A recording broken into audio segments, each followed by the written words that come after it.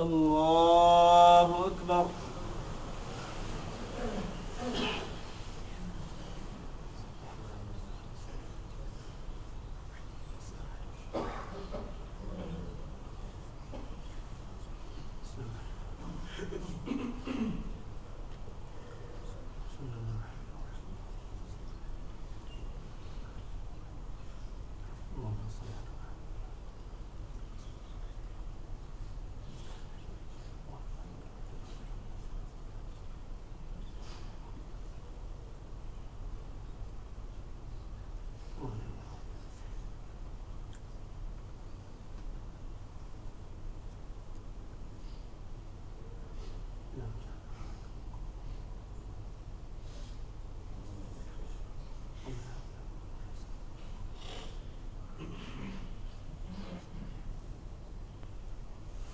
السلام علیکم ورحمۃ اللہ. السلام علیکم ورحمۃ اللہ.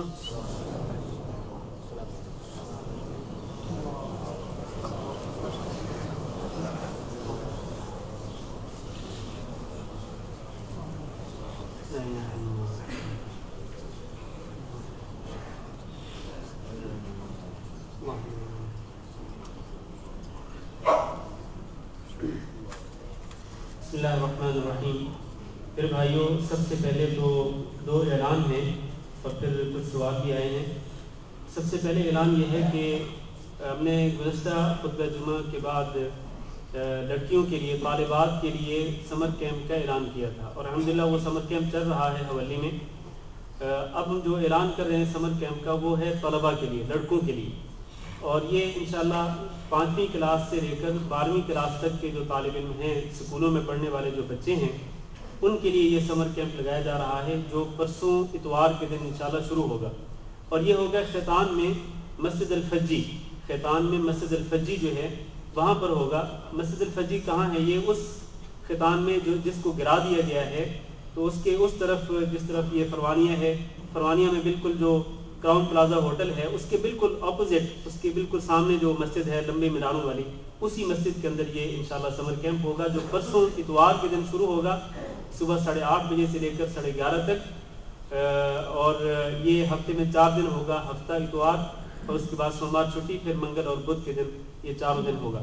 تو اس کے لیے ٹرانسپورٹ بھی مل سکتی ہے فری میں، خیتان سے بھی اور اس طرح جلیب الشیوخ سے بھی، اور اگر سالمیہ سے بھی کچھ بچے اس طرح کے ہو گئے ایک گاڑی کے لیے تو وہاں سے بھی ایک گاڑی چلائی جا سکتی ہے. جو ہمارے دوست جن کے بچے جہاں پر ہیں، اسکولوں کے اسٹوڈنٹس ہیں، تو وہ رابطہ کر سکتے ہیں. میں اصل میں اشتہار لانا بھول گیا ہوں. یہاں پر اگر اشتہار ہیں، یہاں اشتہار مل سکتا ہے تو آپ اشتہار لے سکتے ہیں، اس میں اس کی پوری تفصیلات موجود ہیں. دوسرا اعلان یہ ہے کہ آج عشاء کی نماز کے بعد میرا ایک درس ہو رہا ہے مسجد الجویزی خیتان میں.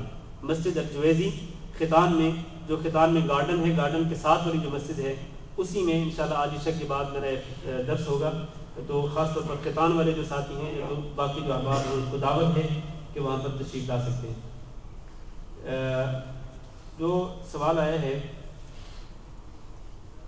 ہاں جی، یہ سوال پچھلے جمعہ کو بھی آیا تھا.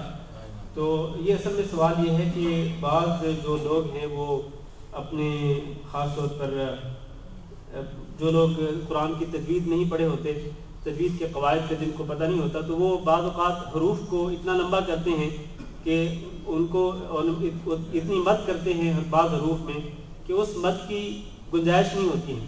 تو کیا اس طرح پڑھنا درست ہے؟ تو دیکھیں، قرآن مجید کو اس طرح پڑھنا چاہیے جس طرح قرآن مجید کو اللہ تعالیٰ نے نازل کیا ہے. رتل القرآن ترتیلا. قرآن مجید کو ترتیل کے ساتھ پڑھنے کا مطلب بھی یہی ہے کہ جس طرح اللہ نے قرآن مجید کو اتارا اسی طرح پڑھیں. تو کسی حرف کو اس کی جو مقدار ہے لمبا کرنے کی، یا اس میں جو مد ہے اس سے زیادہ اس کو لمبا کرنا، زیادہ کھینچ کر اس کو لمبا کر کے اور راگ لگا کے پڑھنا، یہ بہرحال درست نہیں ہے. اس سے قرآن مجید کے الفاظ کا معنی بھی بگڑ جاتا ہے بعض اوقات.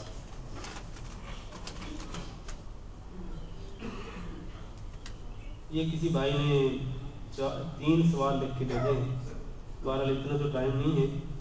ایک صاحب نے یہ اس میں لکھا ہے کہ غسل کا صحیح طریقہ کیا ہے، اگر عقیدے میں شرک اور بدعت ملوث ہے تو اس شخص کے اعمال کی کیا حیثیت ہے، اگر کسی نے وطر پڑھنا وطر چوک گیا ہے اور اس کو معلوم ہو جائے کہ آج چاند گرہن ہے اور 2 رکعت نماز پڑھنی ہے، تو کیا اس کو 1 رکعت پڑھ کر وطر کو درست کرنا چاہیے، پھر 2 رکعت چاند گرہن کے پڑھ کے اس کے بعد 1 وطر پڑھنا؟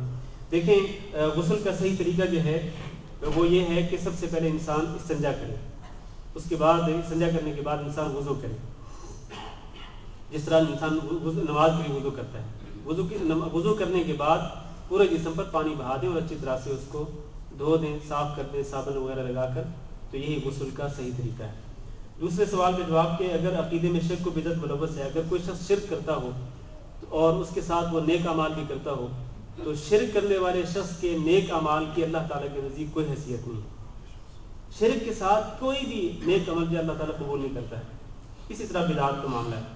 تیسرا جو سوال ہے کہ اگر یہ چاند گرہن جو ابھی پرسوں ہوا، تو اس کے حوالے سے انہوں نے لکھا ہے کہ اگر وطر پڑھنا ہے اور اس کے بعد چاند گرہن کی نماز بھی پڑھنی تھی، تو اس میں کوئی حرج نہیں ہے۔ اگر آپ پہلے وطر پڑھ چکے ہیں، نماز وطر پہلے پڑھ چکے ہیں اور اس کے بعد چاند گرہن کی نماز پڑھتے ہیں، تو اس میں کوئی حرج نہیں۔